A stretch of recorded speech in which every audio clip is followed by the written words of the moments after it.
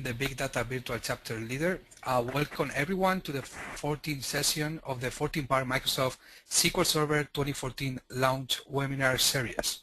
We are having different sessions from Microsoft speakers from the engineering and technical marketing teams who discuss new functionalities and enhancements in SQL Server 2014. Before we get started today, I wanted to share some information about PASS and tell you a bit more about the Big Data Virtual Chapter and our future meetings. So, for those of you who may be new to the Big Data Virtual Chapter, let me take a moment to introduce you to PASS. PASS is an independent, non-for-profit organization run by and for the community. PASS membership is growing with more than 100,000 members worldwide.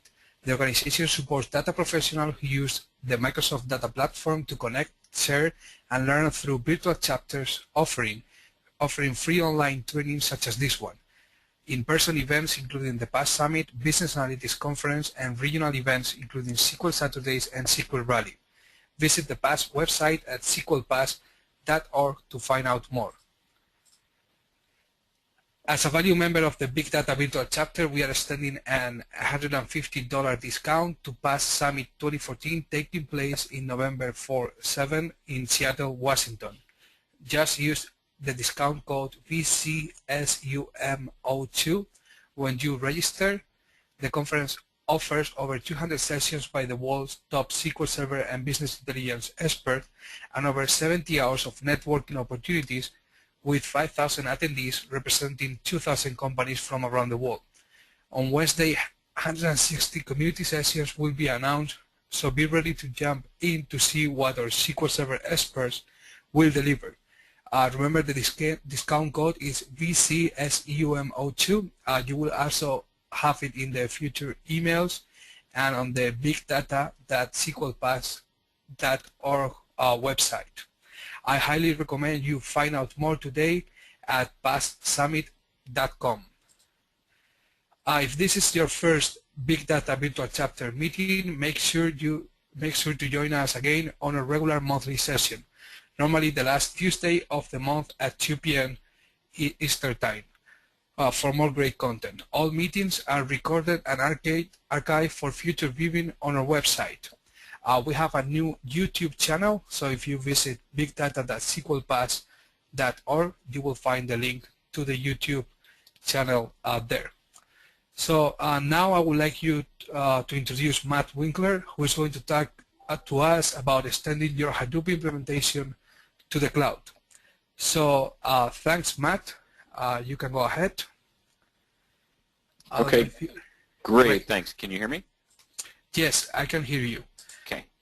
I will make you a presenter so you can share the screen, and okay. Remember, you can do questions during the session, but unless the speaker wants to go ahead with the questions, I'll read them at the end of the session. Okay, let's plan on doing that because it looks like we've got about 50 people on the call. So we'll save the questions towards the end. If I say something super confusing, just let me know and we'll get it straightened out. Okay, thank you. So let me know. Can you see my screen? Yes, I do. Okay, great. So we'll go ahead and get started. My name is Matt Winkler. I'm a lead program manager here at Microsoft, and I work on the big data team.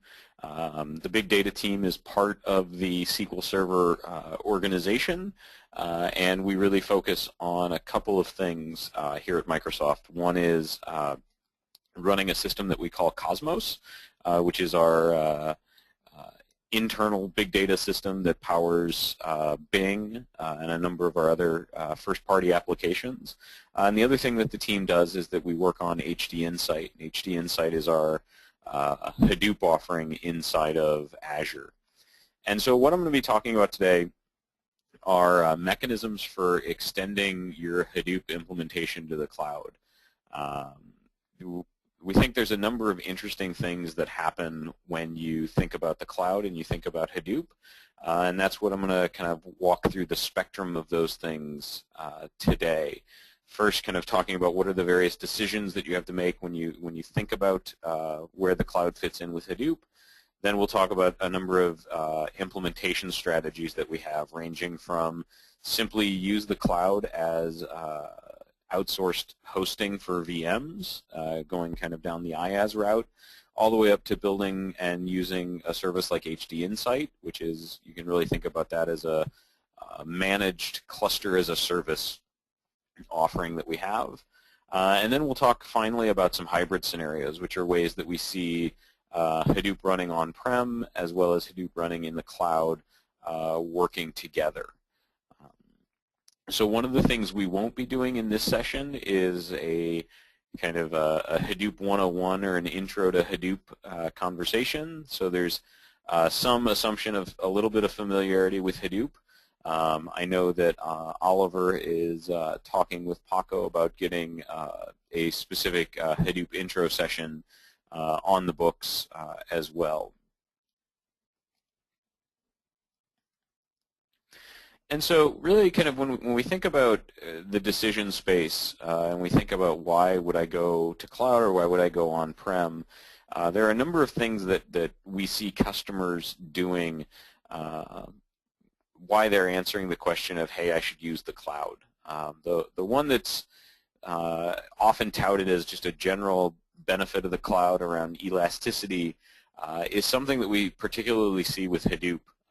If you think about a traditional on-prem Hadoop cluster requiring 100 nodes or 200 nodes, that's a fairly sizable expense. And there are plenty of companies that get that much value out of Hadoop that they go ahead and they run that big of a cluster, or in many cases they run much larger clusters. But for folks who are still in the experimenting phase, for folks who are still early in the adoption phase, the ability to provision capacity on demand in the cloud is particularly compelling from a Hadoop perspective, because I don't have to find the space in my data center to lay down all the racks and everything that's required to hold 100 more servers. I can kind of grow up a lot with a much nicer cost profile inside of the cloud. The second thing that we see is really around enabling people to optimize their cost. Again, the traditional model for Hadoop running on-prem, there's not a lot of cost optimization that I can do. I have to write a big check up front. I have to usually pay to keep all of those machines running. And I don't have really, if I reach a slow point in my business, it's tough for me to kind of turn off some of that capacity. The third reason why the cloud's interesting, and again, we're kind of continuing with some of these themes that are a little more business-oriented than technology-oriented, is really around the notion of economic flexibility. And this kind of falls from the first two, but in the cloud, when we store our data in a cloud storage system like Azure Blob Store, it lets us have a little bit of choice in terms of, do I spin up a really big cluster and get my job done quickly, or do I spin up a smaller cluster? It's going to cost me less money, but I may be able to support less concurrent jobs, or I may not get my answer quickly enough. And what we see with customers is they've got jobs that fall into both categories, and they can really pick and choose what they want to go do. When they do their nightly roll-up reports, it's okay if that runs for an extra hour on a smaller cluster. But in the middle of the day, to support their ad hoc analytics, they may want to have a very large cluster that's always available. The final reason that we see a number of customers thinking about the cloud, particularly when it comes to big data workloads, is really around offering a global footprint. We're seeing a number of applications that are starting to be built, which are truly global applications, in that they're deployed across a global array of data centers. And when you're doing that, it's fairly easy to obtain web hosting across many different geographies. It may be a little bit tougher to obtain Hadoop hosting in those geographies, and typically we want to keep some of that processing relatively close to where the data is being born.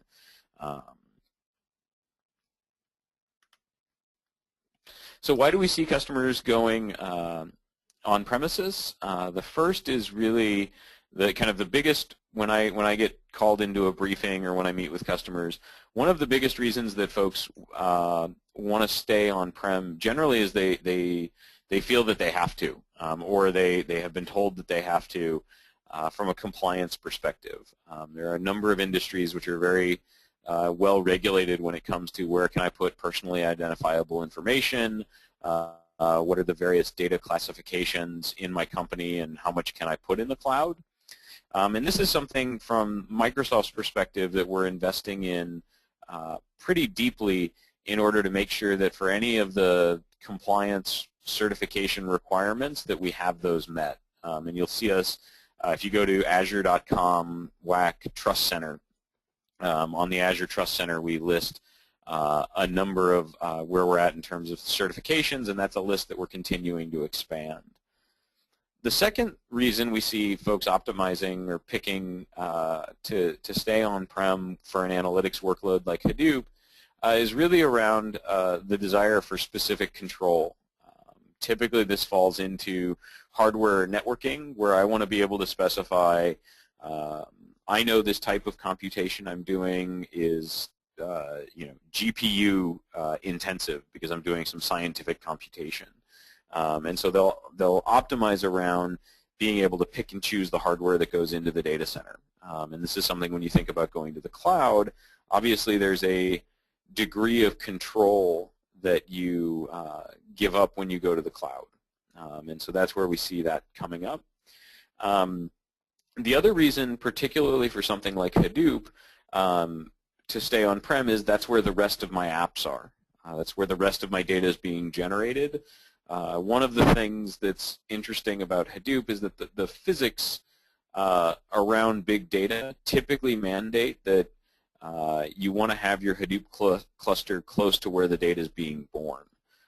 And so if you're an organization where 98% of all of your apps are on-prem and all of your data is being generated on-prem, it's very reasonable to say that, well, I'll put my Hadoop cluster on-prem as well, because typically there's a pretty tight interaction loop between those two.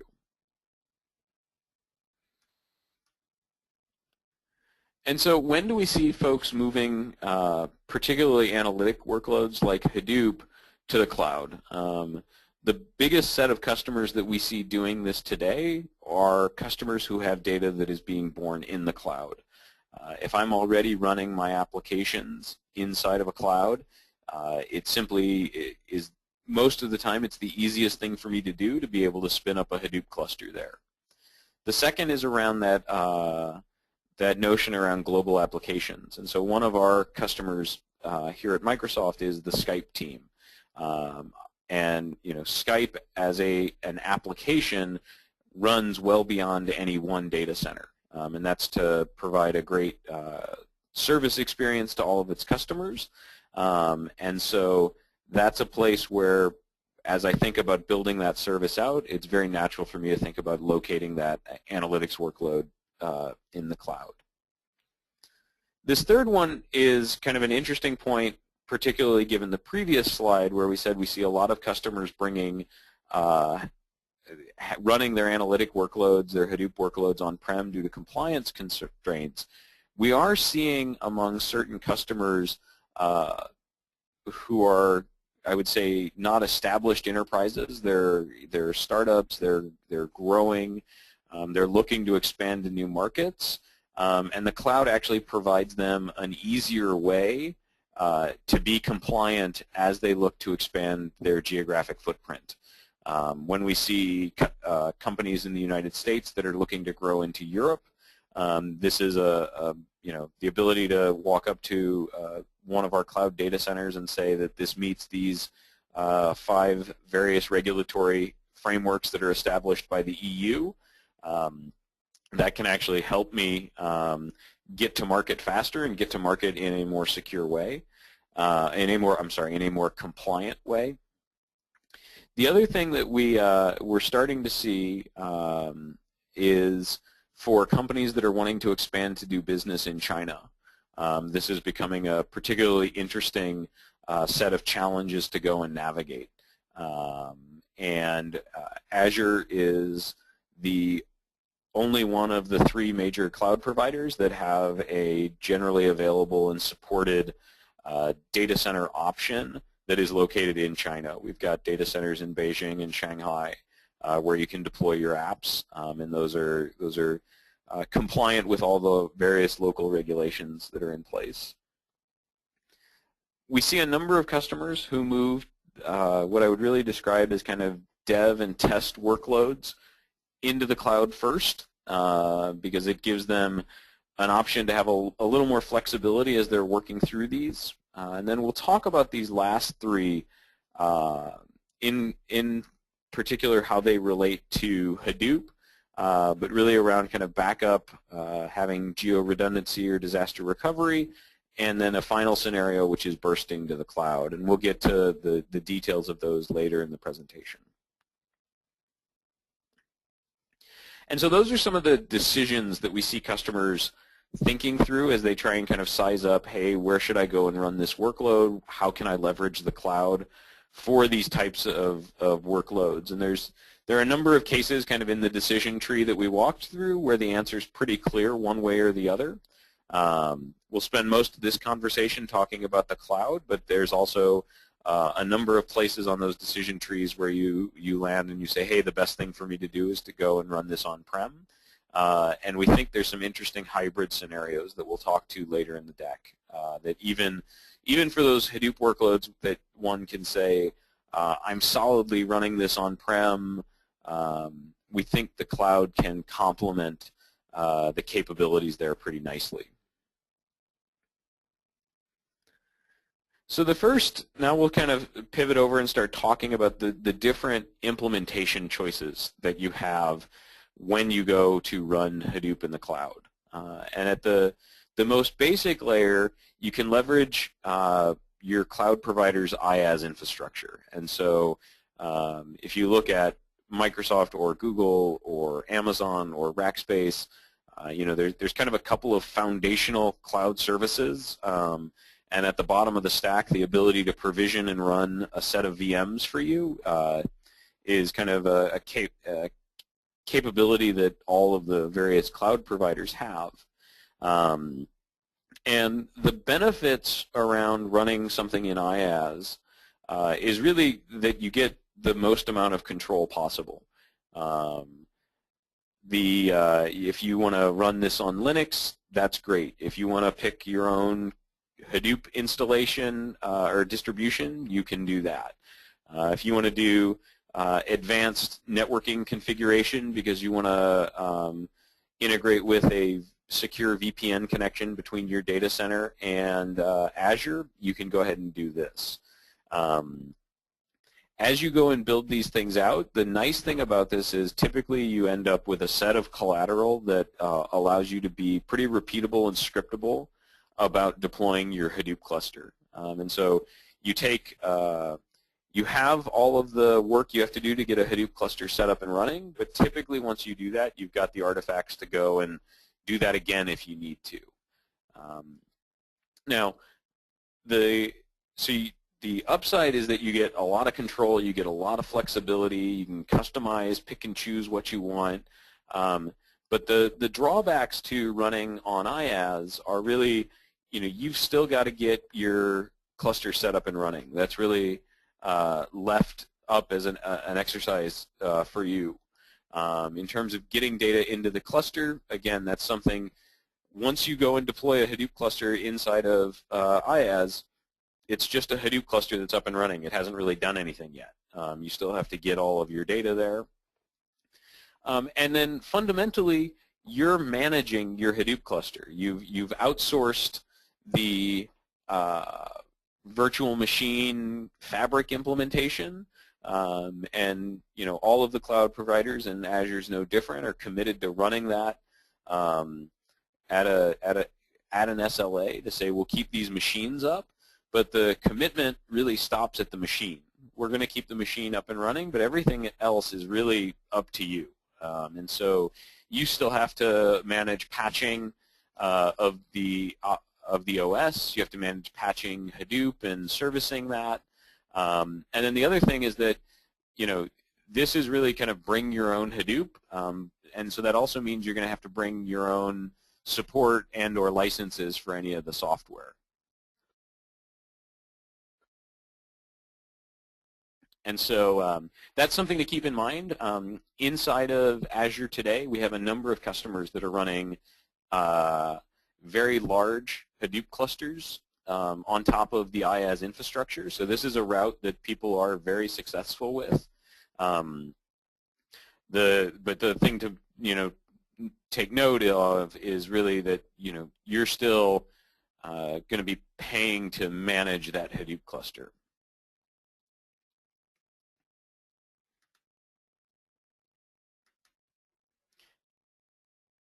Okay, so now one of the things kind of as we think about going beyond just running on IaaS, because really what we've done with IaaS is we're now we don't have to worry about maintaining a data center, but there's a number of things to kind of take care of. If we start looking up the stack to kind of things we can do to really leverage the cloud, the first thing that comes to mind is really around leveraging cloud storage.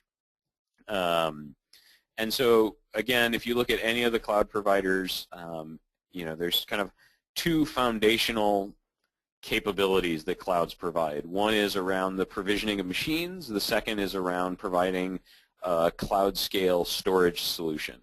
And so with Microsoft, it's Microsoft Azure Storage. With Amazon, it's S3. They've got a number of other ones, but S3 is kind of the one that we think about being aligned here. And really the interesting thing about leveraging cloud storage is that this is where you start to realize some of these benefits. And so if we think about running, if we think about storing a petabyte of data in a traditional Hadoop cluster that's running on-prem, I largely have to size that cluster based on that amount of data. And I have to pay for all of those nodes to be up and running and maintain 3 replicas for failover. And that's how I size my Hadoop cluster. And that's kind of the minimum size if I have that much data.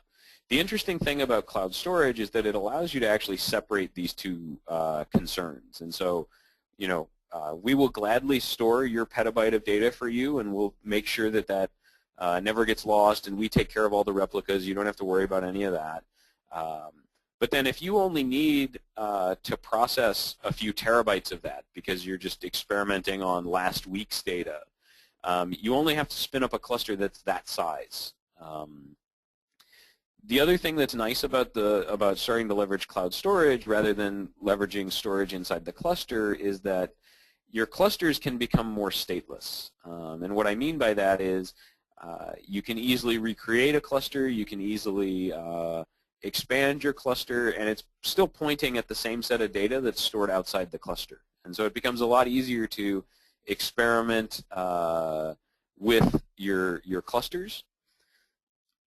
The other thing that I'll make a general observation on is that the price of cloud storage continues to decrease. If you look across the cloud providers, there are multiple times a year where typically the price of storage will decrease. And so it's becoming one of the most cost-effective ways to store a giant chunk of data. And then the final thing that I'll talk about is kind of interesting, and I'll speak about it specifically with Azure. Most of the points that I've made here about cloud storage apply to any of the large cloud providers, but in Azure, one of the interesting things that we've done is that we've enabled by default on cloud storage the notion of geo-redundant storage. And what we mean by that is when you write a file into Azure Blob Store, say you write that in our East US data center, within a few minutes that data will be replicated to the West US data center. And what that means is that in the event of a data center-wide catastrophe or disaster, we can fail over to the West US data center, and you'll be able to spin up a Hadoop cluster there and still continue to run and still be able to do all of your analytics. And this is a nice thing because you don't have to worry about trying to figure out how to solve the disaster recovery problem for a Hadoop cluster, you can solve it at the layer below that at the storage layer. And this is something that's interesting in Azure. We actually offer you 3 different choices when you pick out storage. The first one is the default one, which is we'll store it by default in a data center that's at least 400 miles away in an area of similar geopolitical compliance concerns. That's the fancy marketing way that I've been told to say data written in Europe stays in Europe, data written in the US stays in the US. But there are some customers that say that they don't need that, and so you can actually turn that off. And then your data is simply stored in one data center. We charge you a little less if you do that.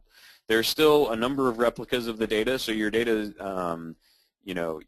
you're not going to lose the data within the data center. You just opt out of having that secondary replica of the data in another data center.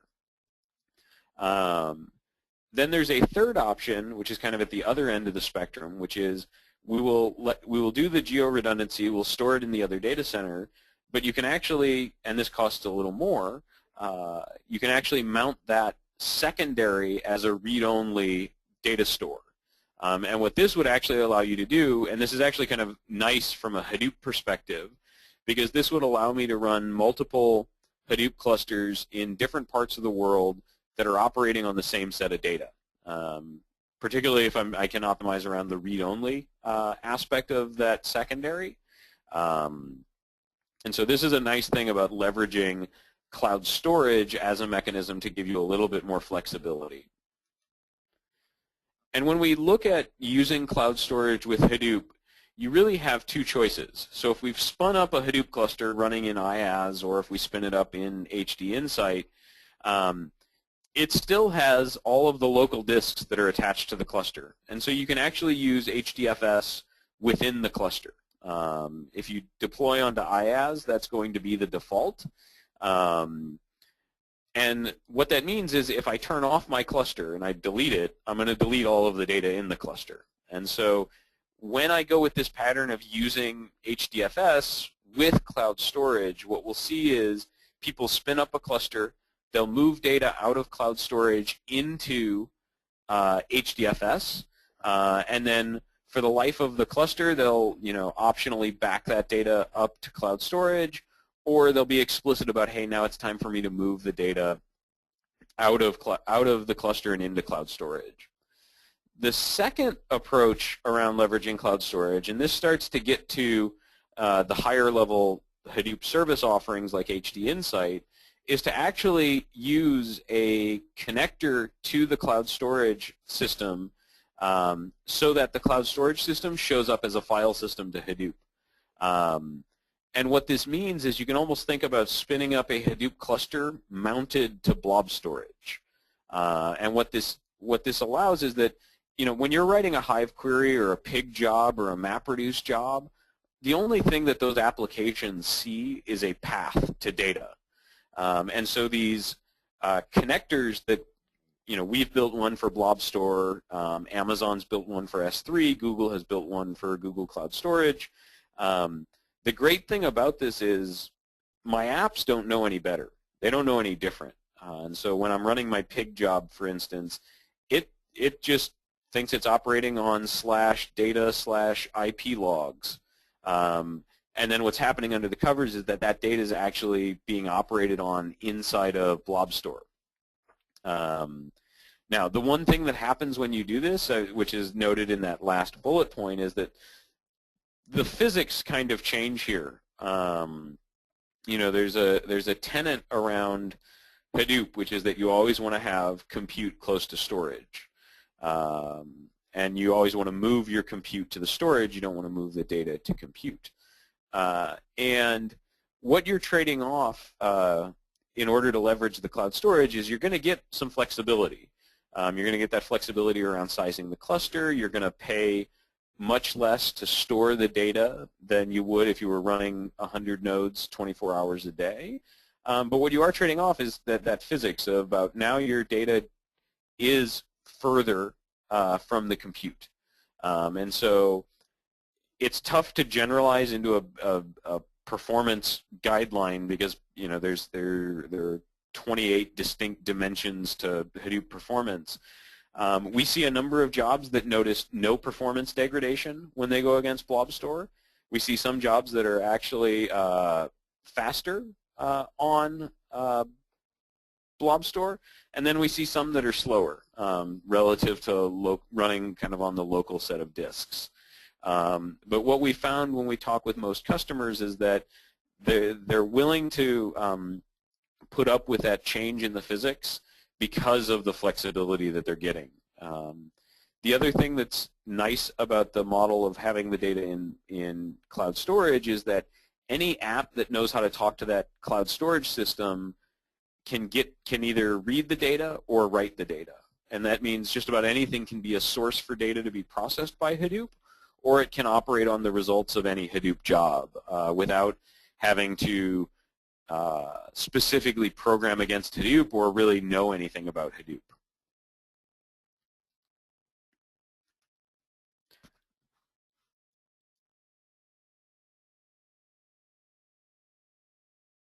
So we'll wait for this slide to come up.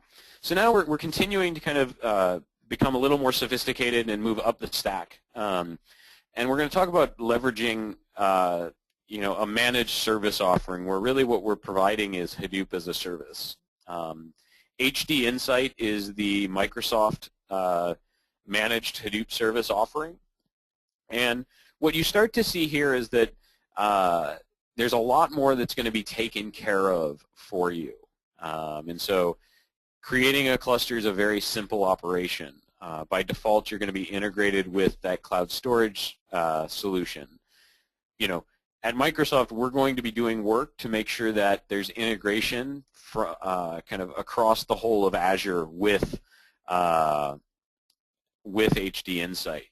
And this then gives you a bit of a higher level of abstraction in order to program against Hadoop.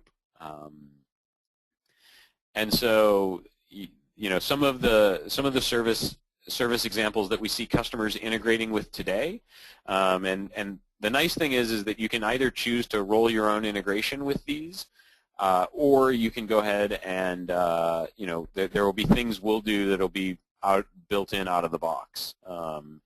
For instance, leveraging Azure SQL databases as our metadata store.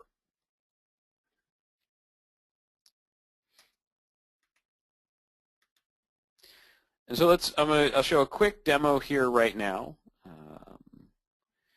And so what we'll start off with, we'll wait till till folks can see this.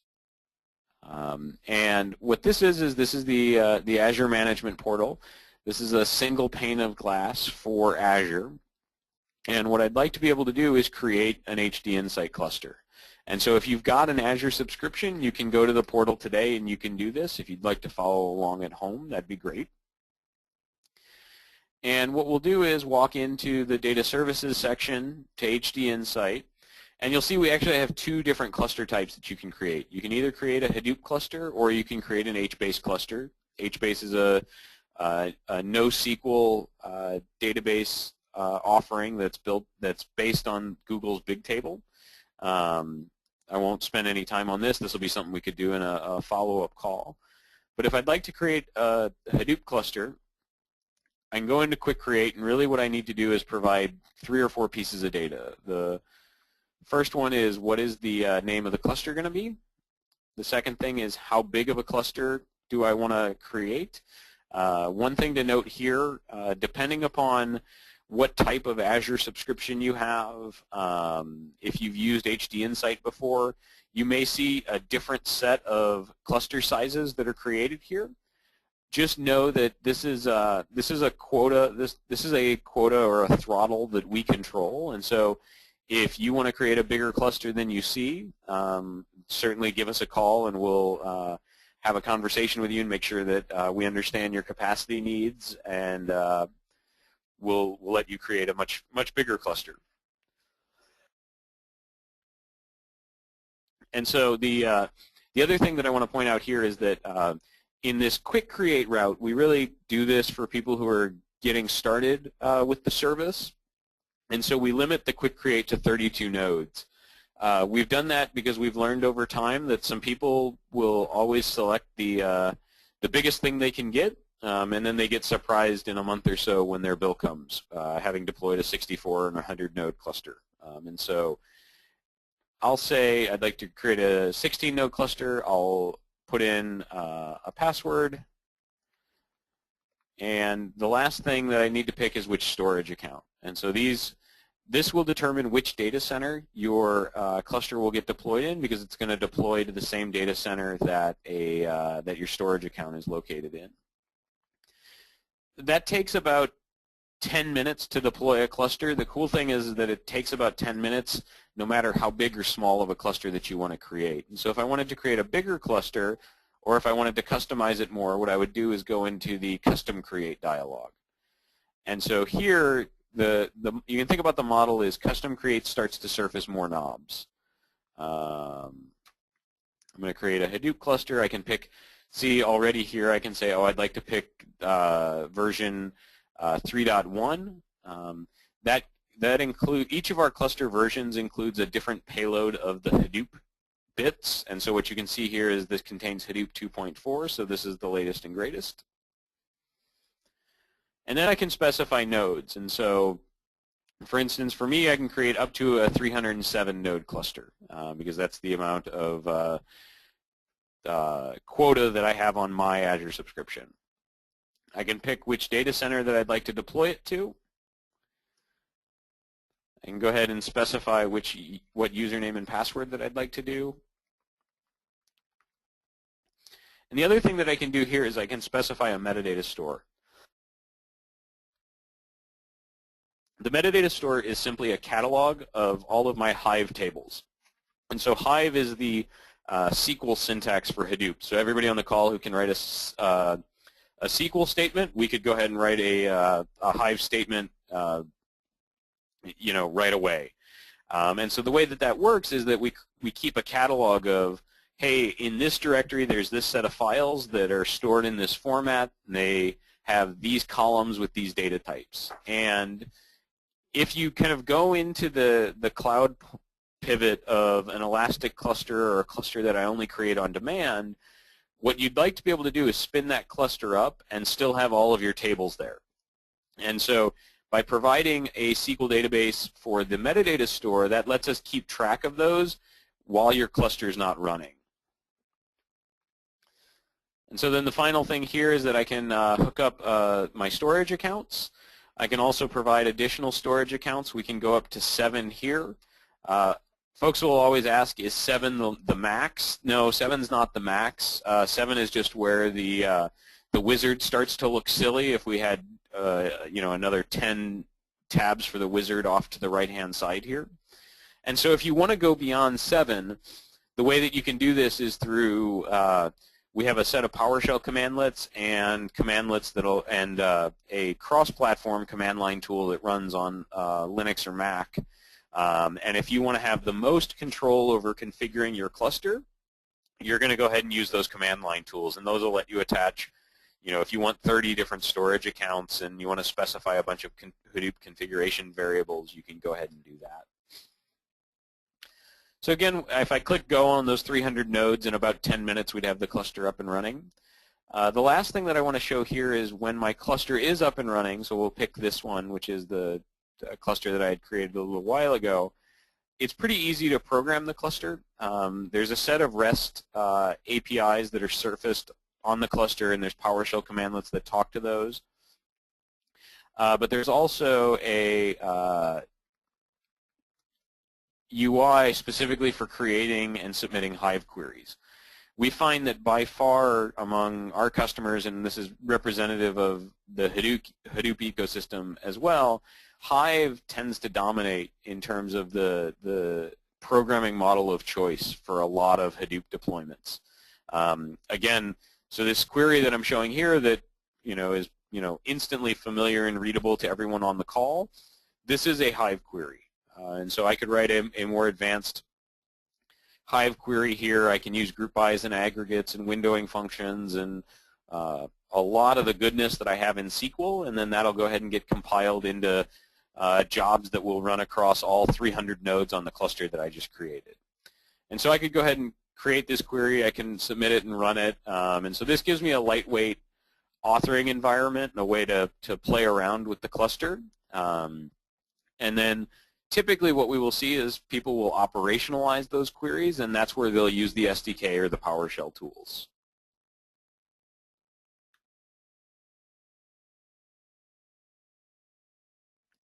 Okay, and so we'll go back to the deck now. And what I'd like to talk about now is really around hybrid scenarios. And we see three distinct ways that even if you say, hey, I'm going to run my Hadoop cluster on-prem, that we think it can be complemented by the cloud.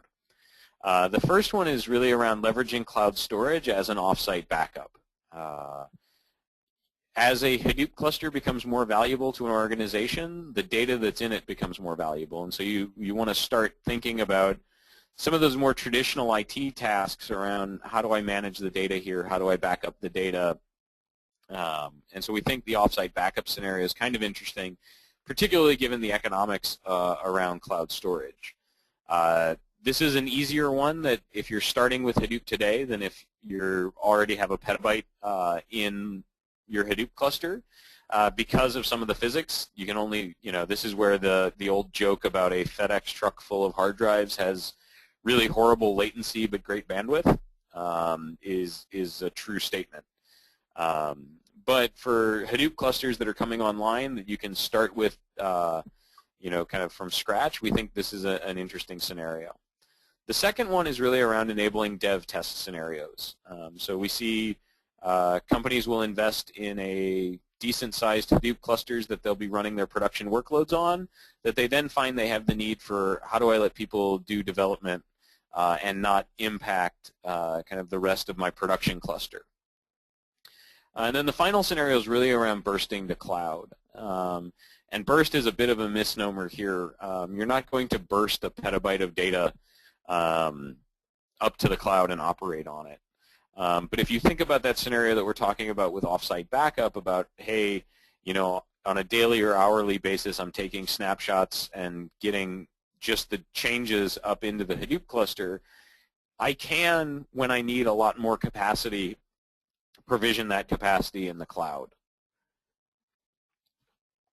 And so these are three things that we've seen as we've talked with, even with customers who are running sizable Hadoop clusters on-prem, where they see a bunch of value in having this hybrid scenario with the cloud, even if they're not going to move their production Hadoop workload to the cloud. And so the takeaway on this slide is that we really think of this as this is not an exclusive or. It's not only on-prem or only cloud. It's an and we think the two are complementary and can work well together. And so what I'll show here is a demo, and this demo is not live. I'll just show the slides that walk through this, but all of these bits are can be leveraged. But what we'll show here is an on-premises Hadoop cluster, and so this is a cluster that's running the most recent release of the Hortonworks data platform. It's running on top of CentOS, so it's a cluster that's running on Linux. And it's got the Hadoop stack configured on top of it with Hive and Tez and all of the tools that you'd use. And there's an interesting component that's an Apache incubation project right now that's called Falcon. And Falcon's really about data movement scenarios, and that's what we'll be leveraging here. And so what Falcon allows you to do is configure, hey, this is the data that I want to move between clusters or data that I want to move between on-prem and the cloud. I can also say, hey, I would like to do that with my Hive tables as well. And so as I add partitions into a Hive table, I can go ahead and have those moved up. That data will get moved up into Azure Storage. And then once it's running in Azure Storage, what we could do is either of two things.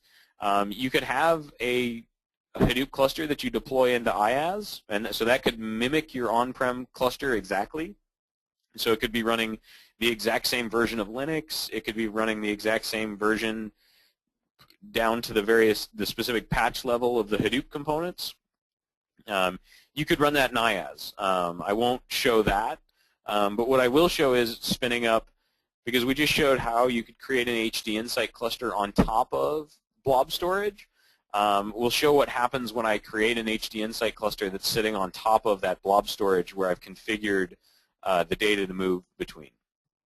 And so Falcon, just to give a quick disclaimer, is a very command line heavy experience. There's a bit of a UI for it that's really around seeing the various processes and data movement flows that are in flight. There's not a nice authoring model for that. And so I'm warning you that there will be screenshots of command prompts coming in the next couple of slides. And so this first one is, I've got Falcon up and running. This is on my Hadoop cluster. And what you can basically see here is that I can go ahead and list the various types of entities. Entities can be clusters, which are either sources or destinations.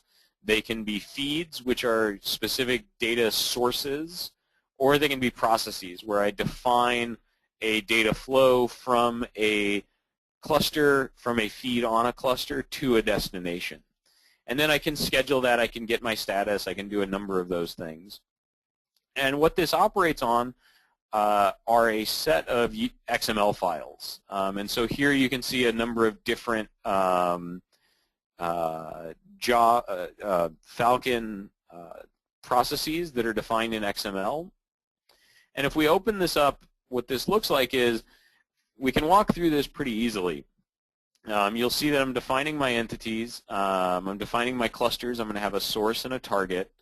And on this target cluster, so you're looking about in the middle of the slide where I've got the big green box, I'm going to specify the location for the data that I want to write. And what I'm specifying there is a blob store path.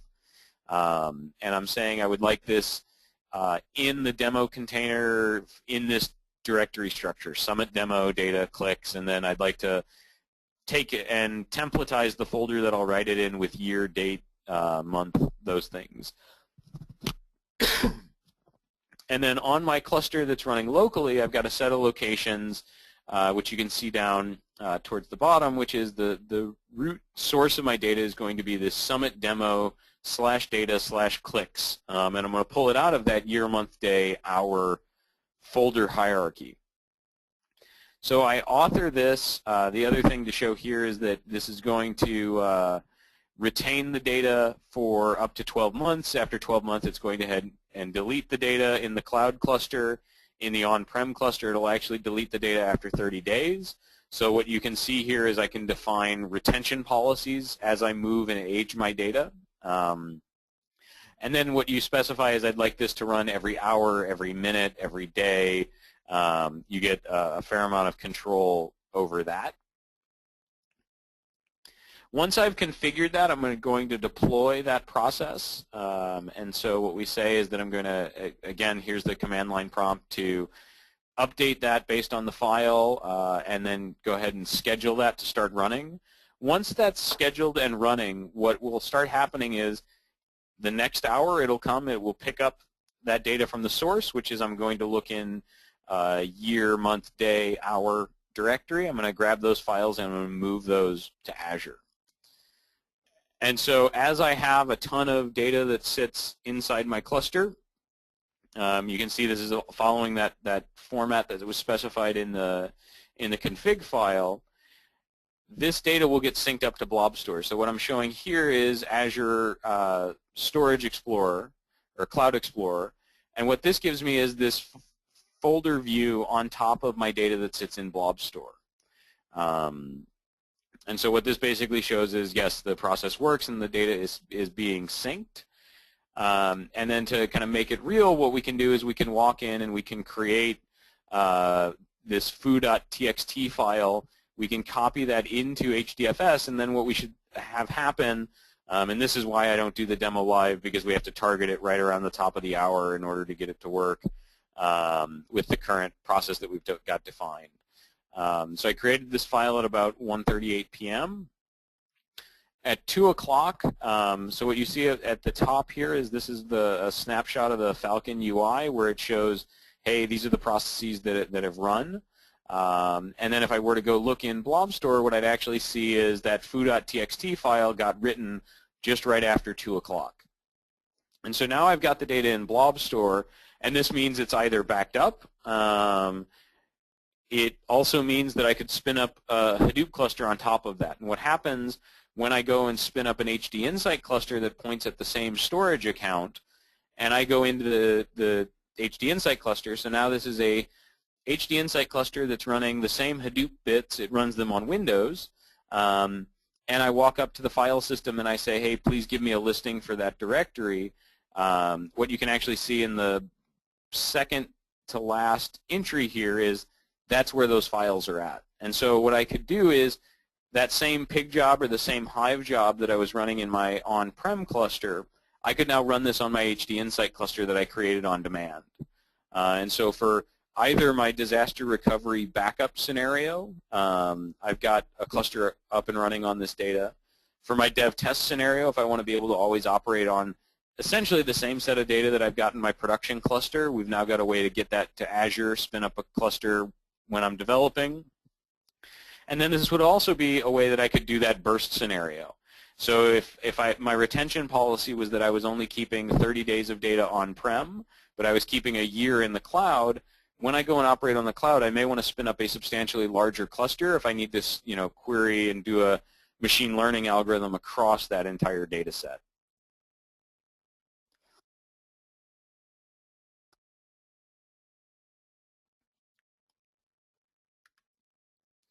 And so that's kind of in a nutshell the various ways that we look at extending a Hadoop implementation into the cloud. We kind of talked about some of the decision points that we see customers using as they go and they try and think about where am I going to deploy my cluster. We then showed the various spectrums of, hey, you can just run this on IaaS and outsource, running your VMs, but you still run your own Hadoop. To leveraging cloud storage, to using HD Insight, which is our Hadoop as a service offering, which is a fully supported and managed offering. And so, the nice thing about that is if it breaks at 3 o'clock in the morning, we wake up, you don't necessarily have to. And then we talked about a number of the hybrid scenarios. And so if you're interested in kind of following along with this, if you're interested in trying these things out, kind of the next steps are, hey, go and create an HD Insight cluster or try out Microsoft Azure as a place to go deploy a cluster. And we've got a link on this slide deck, which is really, this will land you in some of our getting started materials. And so we've got looks like about 6 minutes. And so I will mute my mic, and if there are questions, please fire away, and Paco, send them my way. Yeah, thank you very much for the session. That was great. Very nice content. Yeah, we have a couple questions. So let's start with the first one. Do you have any extra features for HD Insight emulator? Extra features for the emulator? Yeah, that's what it says. Okay. So in terms of extra features, no. You can think about that as a way to get up and running with the same Hadoop bits that are in the service on your box locally. And so that's kind of if you want to have a very low footprint developer environment, you can do that, particularly around developing the Hadoop jobs, whether it's the Hive jobs or the pig jobs. The thing that the emulator doesn't do is it doesn't support kind of any of our provisioning or cluster management APIs. So if you wanted to experiment with creating a cluster on demand, you're not able to do that with the emulator. The other thing is that the emulator is restricted to running on one box, and so it's good for kind of trying some things out and making sure your programming is correct, but it's not a really good place to do deep perf debugging or trying to know how fast your job will run when you get it on a cluster at scale. Great. First question is, how would a client get surprised by a HD Insight Create? Don't they have visibility for their usage costs? Oh, they absolutely do. The it was in the couple of cases that we've had, people didn't quite realize that they knew they were creating something that was 64 nodes, but they hadn't really read the pricing sheet to understand exactly what that meant. And so 64 times the price is a lot more than 4 times the price, and so that's how those customers got surprised. And so that's why in Quick Create we kind of removed some of the larger cluster options, just so that you know, as much as we like people running large clusters, we don't like people getting surprised either. Great. Another one, does Azure support Cloudera Hadoop distribution as well? Yeah, so that's a great question. And so inside the HD Insight service, we run HDP, so we don't offer an option to deploy CDH. I do know that we have customers in Azure that are running CDH on top of IaaS, and they're pretty happy with it. And so that's we don't support it inside the HD Insight service, but again, that's one of the benefits of the IaaS model is that you can bring your own Hadoop, and we have a number of customers that are doing that very successfully. Okay, thank you. Can I use HDFS path instead of WASB blob in Falcon configuration? You could. The only thing you'd need to work out there, depending upon your source, depending upon your destination cluster in Azure, you would have to make sure that you could get the right connectivity and authentication and authorization to the cluster. But it's if you were running an HDP cluster or a Cloudera cluster that was sitting in a VNet that you had secure connectivity to, you could specify the HDFS path. Thank you. I like this one. Can I experience 100 times the speed in Azure using TED as the mode of Hive engine execution? Yeah, so good question. One of the cool things that's in the most recent version of the Hadoop bits that we deployed is this project called TEDS. And TEDS is very interesting because it starts to kind of move Hadoop away for some of these analytic workloads away from MapReduce. And so in HD Insight 3.1 clusters, you can run Hive on top of TEDS. We have seen incredible perf improvements when you move Hive to TEDS. There are cases where you do get 100x speedups. I will caveat that with, performance benchmarking is complex and nuanced, but in general, moving to the ORC file format and moving towards TEDS, we've got a number of customers that are experiencing pretty substantial speedups. And then over the next couple of months, we'll be providing a little more guidance, and we'll be doing a little more benchmarking that we'll publish externally so you can actually see, hey, when I just ran this job on Hive on MapReduce, I got it in 500 seconds, but when I ran it on TEDS, I got it in 30. So there is a little bit of a marketing slogan to that 100 times speed up, but it is backed by some fact. We do see some queries that improve more than 100 times. Cool. Well, thanks, Ravi, for participating with the questions. This is the last one. How is Falcon different from OC? I'm not familiar with the second one, so I'm not sure. OOZIE, OC? Huh. Yeah, I don't know.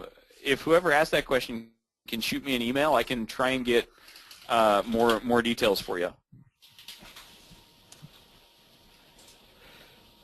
It's Wikipedia says it's scheduler for Hadoop, and I don't think we have support in HD Insight either.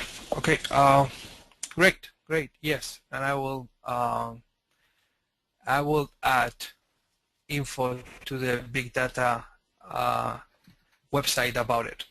Okay, great. Great. Well, thank you, everybody. I really appreciate everybody showing up and spending the last hour with us. And if you've got any questions, certainly feel free to reach out and love to chat. Thank you very much, Matt, for being in the Big Data Virtual Chapter. Thank you, everyone, and you will have the next meeting time, the July meeting, on the website by the end of this week. So make sure you check it, and you will have this recording available on the YouTube channel. Thank you very much. Have a good afternoon.